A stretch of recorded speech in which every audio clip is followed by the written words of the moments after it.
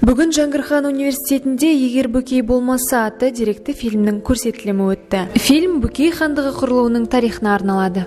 Бүгін Жаңгырхан университетінде біздің білім алушыларға деректі фильм көрсетіп жатырық. «Егер Бөкей болмаса» бұл фильмді біз Бөкей ордасына 220 жылдық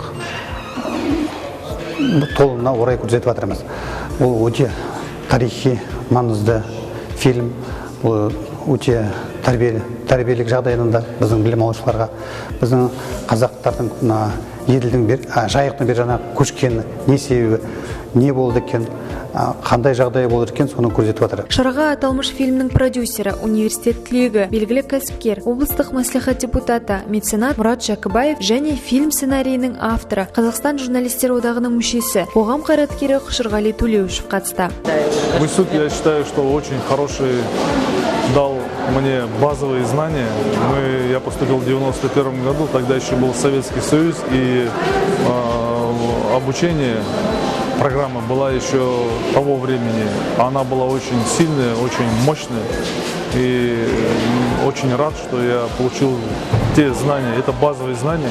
Хотя был 91 год, это был кризис, это был очень сильный экономический кризис, и не было возможности у многих реализовать, работать.